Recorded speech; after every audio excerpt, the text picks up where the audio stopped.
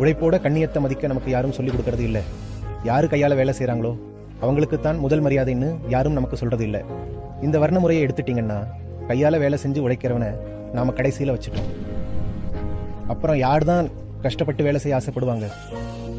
நாம என்னைக்காவது உழைப்புக்கு மரியாதை கொடுத்துருக்கோமா? ஒருத்தன் ரொம்ப கஷ்டப்பட்டு உழைச்சு சம்பாதிக்கிறான், இன்னொருத்தன் சும்மா உட்காந்து லஞ்ச பணத்தை முழுங்குறான். இந்த சமூகம் யாருக்கு அதிக மரியாதை கொடுக்குது? அந்த லஞ்சக்காரனுக்குத்தான். உழைப்புக்கு இங்க மரியாதையே இல்லை. சொல்லப்போனா உழைக்கிறவனை இன்னும் கேவலமாத்தான் பார்க்கிறோம். இனிமே யாராவது உழைக்காம வந்த பணத்துல, அது பரம்பரை சொத்தா இருந்தாலும் சரி, இல்ல அதிர்ஷ்டத்துல வந்ததா இருந்தாலும் சரி, ஆட்டம் போட்டா அவங்களுக்கு மரியாதை கொடுக்காதீங்க.